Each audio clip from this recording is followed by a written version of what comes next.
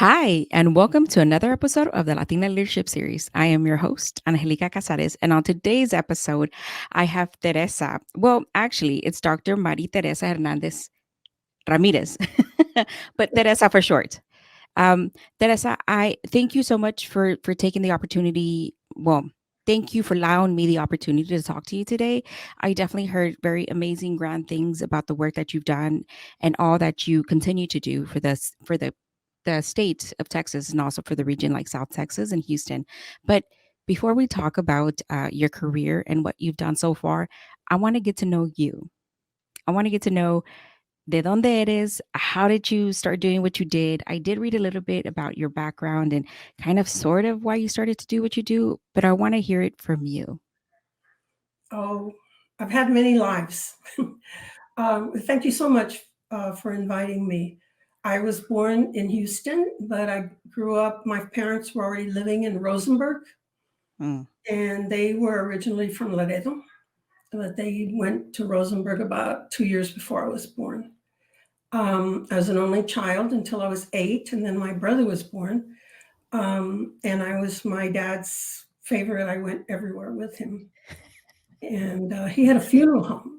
So I went everywhere when he had to go talk to people. I went with him to the cemetery when he was checking on the graves being dug. I went with him on funerals. I went with him to see the county judge. Um, and he told a lot of stories and he taught me a lot. So that's sort of, I think that was a really big influence on my life. My Mhm. Oh, nice. Rosenberg, Texas. Back in what year? So you were born in Rosenberg, Texas, but I'm reading here that you were in the 60s in Texas, like in Rosenberg? Well, my students tell me I suck their blood, Okay. and that's why I look so much younger. But I was born in 1952, and no, I didn't go to a plastic surgeon either. It's um, that's why I have the pink because I'm all gray, and I didn't want to color it anymore, and so I figured that you know I don't feel so old when I wear the pink. Uh, So yeah, I was born in 52. you were one of the first, and just for just so I know, just so because I read the history a little bit about Rosenberg.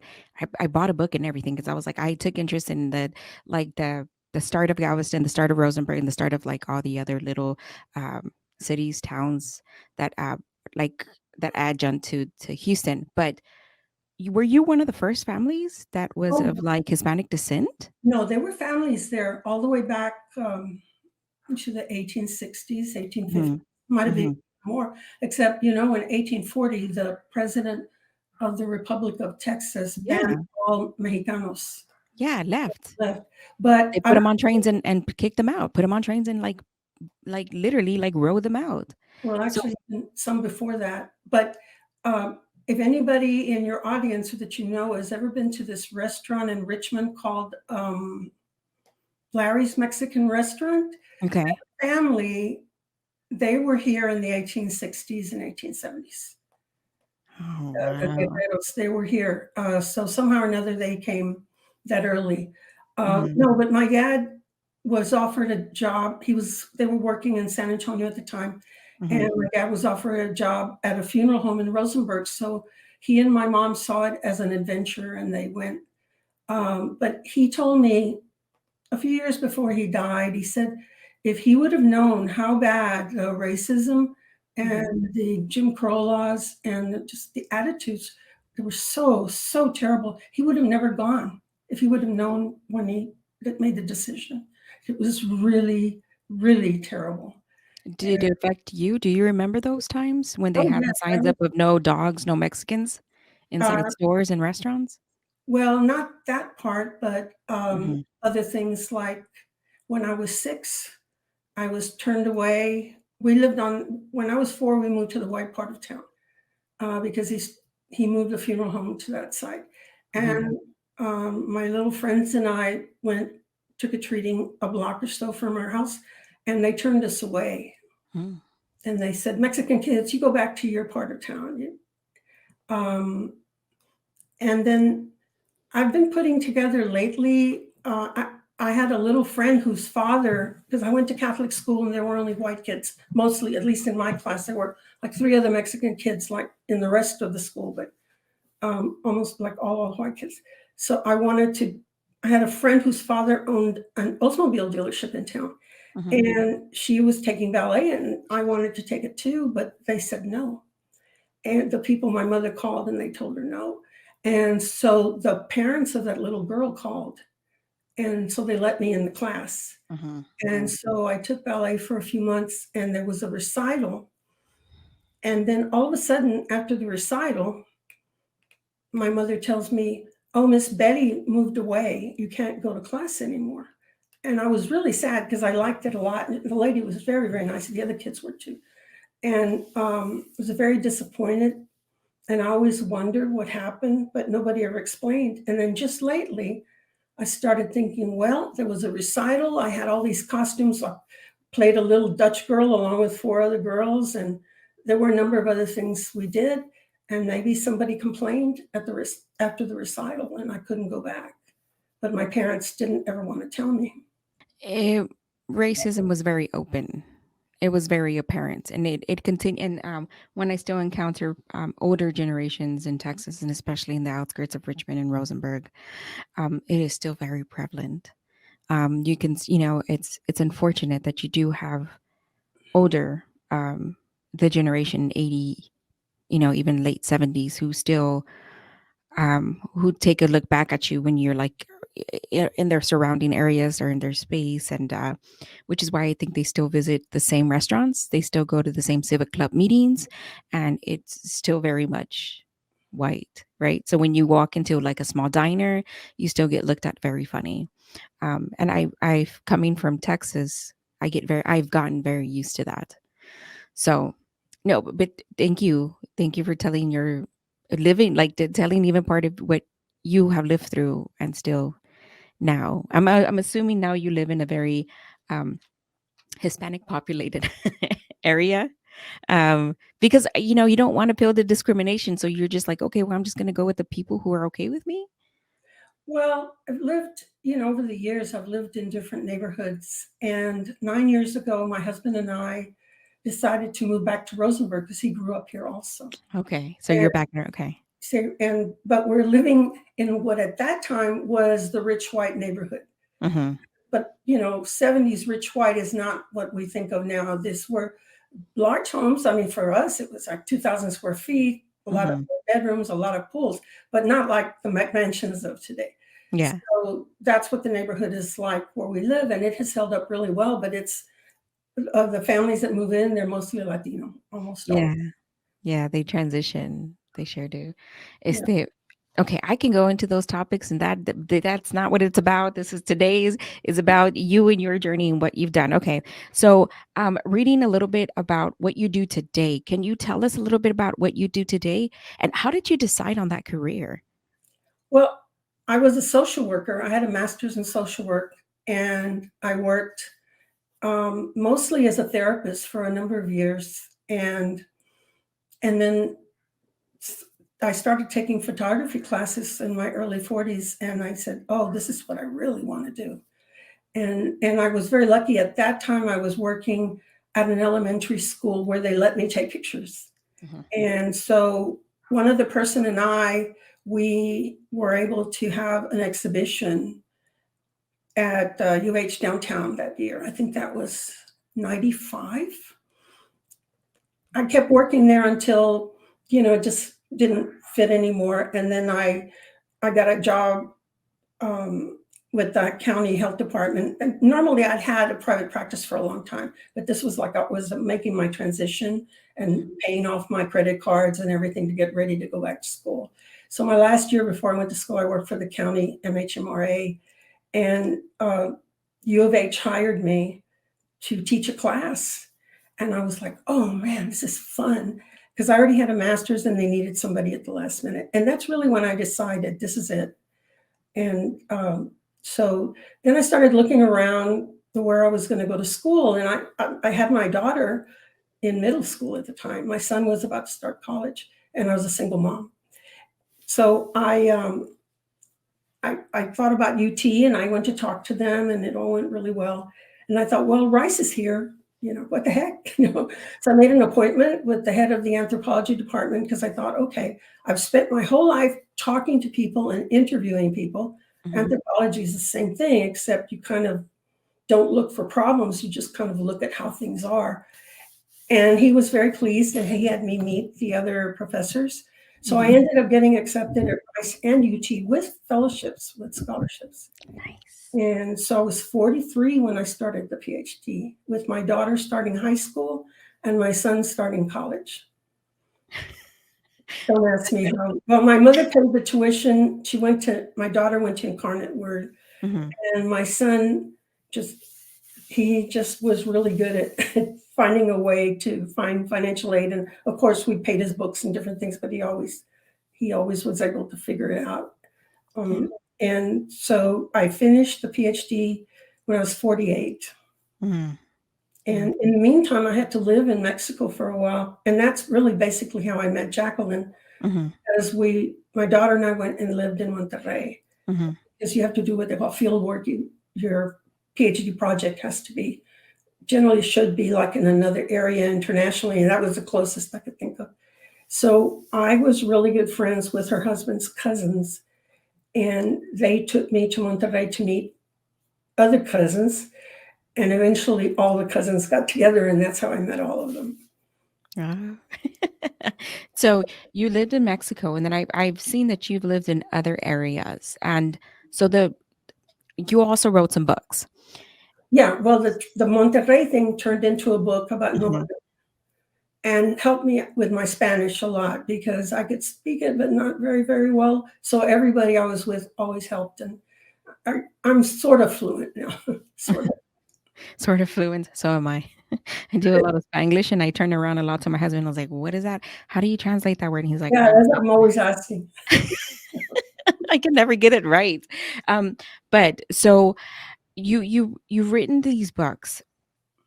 What was the interest in it? Like, why that field? Why what where were you trying to answer for yourself maybe? Like, what were you trying to discover? Well, the first one was more things that I was really fascinated with, which was, I guess you could say, new age stuff, but I was Mm, fascinated with how it showed itself in Nuevo León. And that was how it started. And Jacqueline's husband's cousin, was living there and took me everywhere and had me meet all these people that she didn't even know. And that kind of got it started. But then as it went on over time, it turned out to be trying to find the story of Nuevo León, but not in the way that everybody thought. And so mhm, I ended up gathering stories from everywhere, what people said, newspapers, history books, television, movies, and then I wrote a story about it. And it came out really interesting because the magic part stayed throughout. I mean, some really wild stories, right? And other things too, just how, the story of the Jews came out from that one. Because mhm, in Monterrey to this day, they still say we were all Jews, a long time ago, which people that are practicing Jews kind of don't like that very much. But that's what the people would say. We're Jews. We were born Jews. Our family is. So I wrote about the story of that. I wasn't able to find any outright facts at that time, but I wrote down the stories, which is pretty amazing. And the reaction to the stories was mhm, even more amazing. So that was more just having a question, that fascinated me and trying to see if I could find the answer. And it was really an amazing time for me because I must have made easily 40 trips from Houston to Monterrey in my car. mhm. And That's a that long was, drive. yeah, and just thinking back, because it turned out to be 10 hours if you count the border. But my dad's sisters were living in Laredo. They were still alive then, and I stayed with them. So actually, that was really neat because their father was from Saltillo. So I would come back with my stories, and my aunt would go, "Ay, gracias a Dios."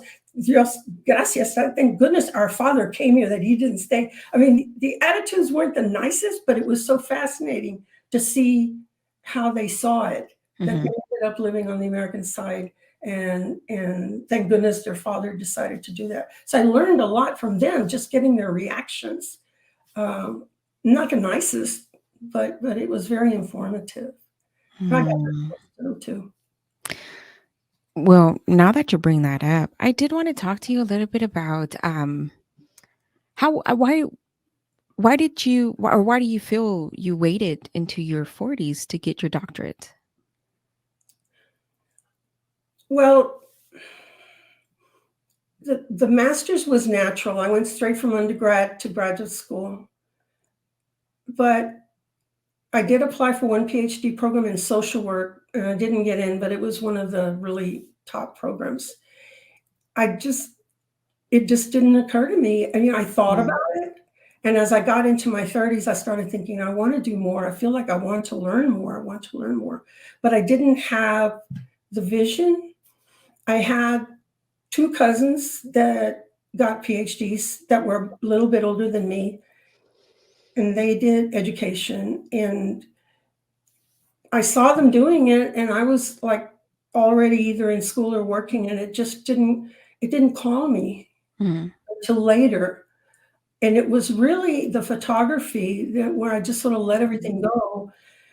And I thought, well, I like this idea of teaching at a university because you get so many days off. You get Christmas. I had a friend that was working at UH downtown, and so she was always getting, spring break, the 2 weeks, maybe some more weeks in the summer. And I was just thinking that would be really neat because with the photography, it gives me more time to work in the darkroom. Mhm. So it was sort of something like that. And it was also like, I want to learn more. There's something else I have to find out. And I wasn't even sure. Mm. And my father told me when I finished that he thought it was crazy that what I had done. And one of my professors used to tell me too, because I had a very good job at, look, when I let go of my practice, I was making a very, very good living. And even working for HMRA, I was doing really well for the time. And so everybody would say, you're crazy. Why would you give up an income to go to school and have nothing, But I was having the time of my life. I loved it. Why did you go into the field of social work? The first time, Mhm. because I had an undergraduate degree in social rehabilitation and social services from Sam Houston, which was like social work. And I had a professor that had a master's in social work, and she and I would talk about it. And I just always thought that I could get a job right away. I'd always be able to support myself. Mhm. My mother always told me, you really need to finish school. You really need to finish school because not because of the prestige, at least she wouldn't tell me. It was more that way. If something goes wrong in your life, you can take care of yourself. But she would always say that. Oh, taking care of yourself. That's always something that I advocate for, and that's why education for me is important. Although I don't have my bachelor's, I mean, I fell short, and I'm trying to. At this point, I just want to get it because if I don't, like, if we let go of our business, that's something definitely that I can fall back on is my education. But, um, but talking about that, why? How was it for you to have a mom who was so prevalent and like insistent on your education for you? Did that matter? I didn't argue with her. I just thought to myself, yeah, she has a point. She knows, and she always worked. Mhm. And she finished high school very early. She was only 15, and she got a couple of really good jobs for having finished high school. I think her first job was the front desk of a very nice hotel, the Plaza in Laredo. Mhm. And she had support too. I was so impressed with my grandmother. She Mhm. had to go into work like at 5:30 in the morning, and my grandmother would walk with her down to downtown Laredo, which is about a mile and a half, at 5:30, so my mother wouldn't go alone every day. And Every day? yeah, that was really impressive. My grandmother, she was a very interesting person. And then her next job was a secretary at HB Zachary while they were building the Air Force Base in Laredo.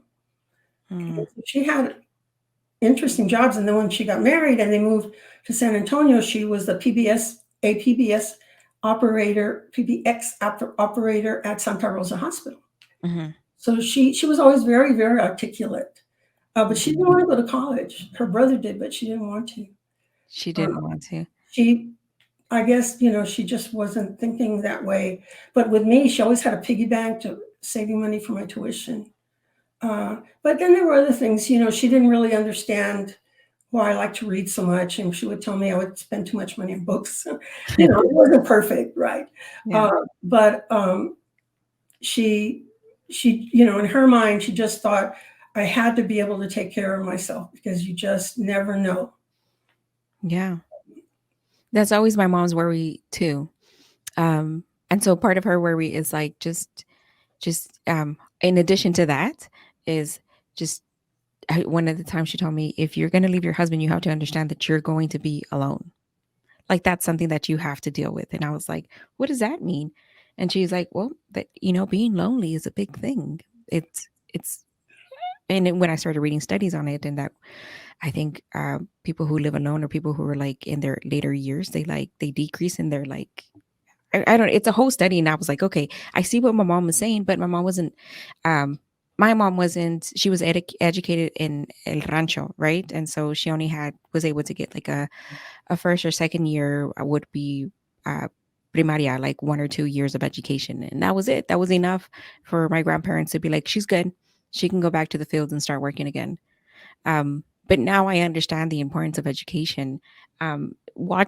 Reading on what you've done, would you feel the same way that education is important? And what do you think about the education and the Latinas aspect? I don't know if you've heard of like the Latinas like in droves going into like higher education for your colleges 2 years and they don't exactly like graduate and they about 30% or 40% actually drop out within the first 2 years or year. This is what I'm seeing now. Uh, Okay. because I'm really close to some of my students. A lot of them, not all of them, but a lot of them are still having to help their parents. Yep. And that just makes it so hard for them to study, if, for them to be prepared if some kind of catastrophe comes up, for them to be available, or for them to be free if there is, like, someone has to go to the hospital, they have to go. It's this pull that not all of them though, but they and some of them say, I wouldn't even ask my parents. I help them, but I wouldn't ask them. So that's really hard. And of course, I'm sure now everybody's kind of afraid to get student loans. Hmm. Um, they struggle. And a lot of times I take oranges to class because I know they're hungry. Oh. Yeah, that's really common. And it's not, some of them did grow up super poor. It's not that they're very, very, very poor. It's just that right now, with all the things changing, especially with the pandemic, Hmm. the family financial situations are shaky. Hmm. Um, so it's tough. But they're the ones I've come across. They're really hardworking kids. Hmm. Really, really hardworking kids. What I tell all my girls, and it doesn't matter the ethnic group, I tell them, well, try not to get married till you finish. Please don't have a kid. Kids are Hmm. wonderful. I can tell you that. But if you have a kid, it's like Changes it's dynamics. super impossible to study. Yeah. I tried to go back and take some graduate classes after my son was born, and he just on target, like right that minute I'd start working on my homework or whatever, he would cry a lot, Yeah. and it just didn't work. I had to stop and then went back much later. But Mm. yeah, children are wonderful and I'm all for it. I had them, I would do it all over. But I think it's very, very difficult to do both if the adults can avoid it. After having this conversation several times, I think my understanding, and this is just because I understand it from from kind of the Hispanic Latino portion of things, is loyalty, especially to family comes first, and then thyself, and then yourself. Loyalty to family first, and then yourself. And so, if the family's not good, for you're not good. That means you have to stop doing what you need to do to fill in the spaces and the voids to get your family ahead, even if that is putting your education or putting yourself last, whether it's health and all sorts of things that affect us, that in part end up affecting us later, not understanding that the immediate of right now has long-term effects. After having several conversations like this, I definitely do understand that. Yeah, and I was very lucky that I didn't have that pressure while I was in school. I ended up having the pressure later. Mhm. When I was finishing the PhD, my father was begging me, don't leave Houston. Don't leave Houston. But Dad, after I did all this, how could I not pass up a really good opportunity? And he'd say, no, no, don't leave Houston. Be with me while I'm still alive.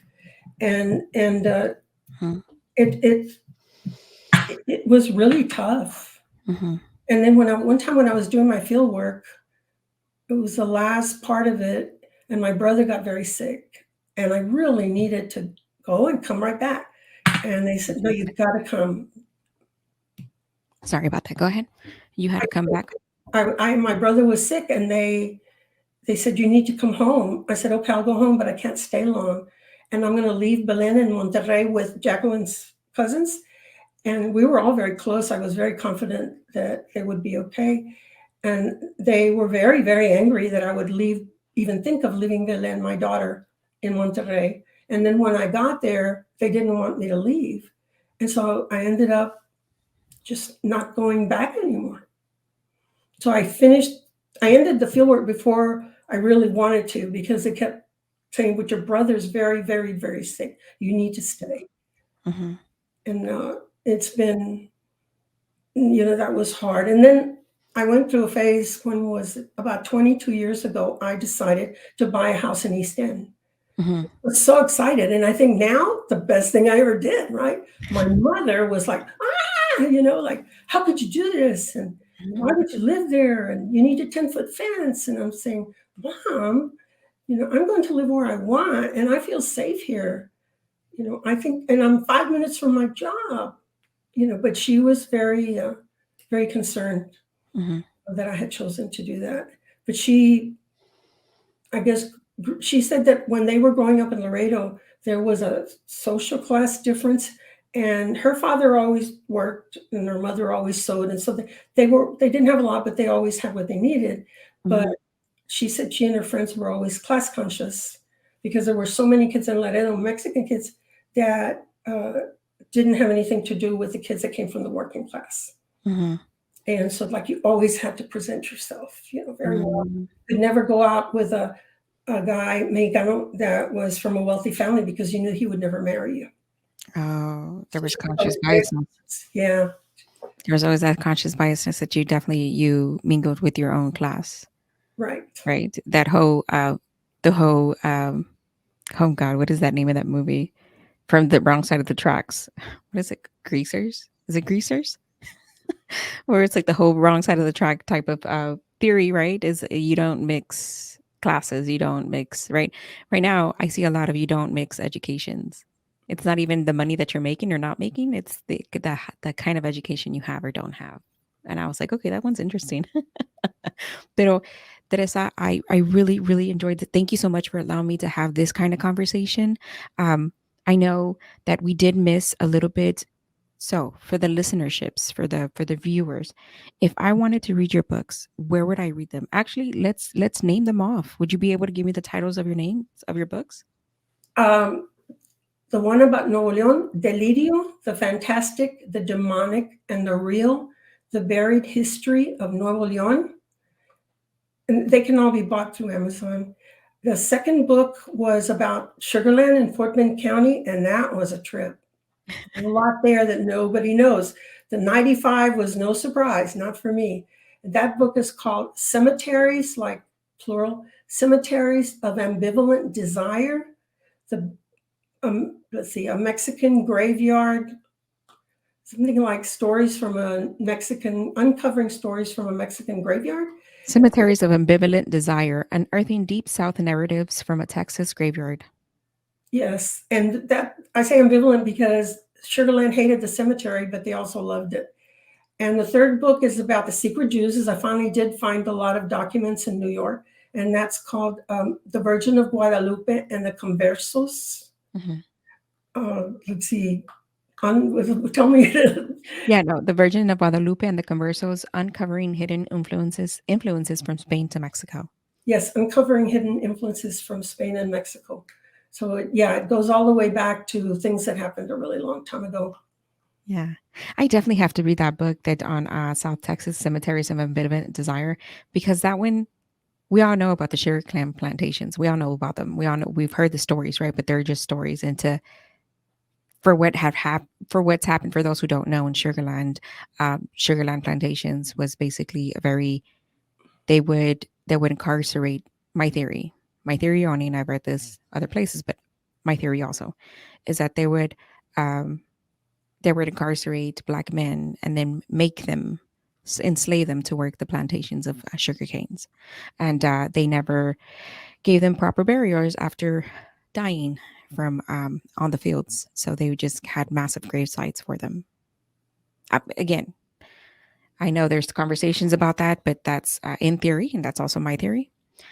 Pero Teresa, again, thank you so much for coming. And then also, do you have any social sites that we can follow you on, that we can like keep up to date with you? I have a website that just says marieteresa.hernandez.com, and I have a few things on there, some Okay. photographs and paintings and some thoughts on different things, and my latest project too, which is on the border. Your latest, well, we didn't touch that. I did. Can you dive just a little bit if I still have some of your time? There was a man in 1859 named Juan Nepomuceno Cortina that took over the city of Brownsville, and he was revolting against all the Mexicanos getting killed, all the land being stolen. And he was a direct descendant of the first founders that established the towns down there like a couple hundred years before. He was very, very wealthy. And he turned the valley upside down in 1859. And it stayed like that for a couple of years. It was very, very fascinating. So it's about him and it's about the valley at that time. And that work can be found on your websites. I like how you're There's uncovering and how. some writings about it because I'm still writing the book. So Okay. Well, I'm looking forward to that book also, but I am going to go read this book. Teresa, again, thank you so much for having the conversation with me today.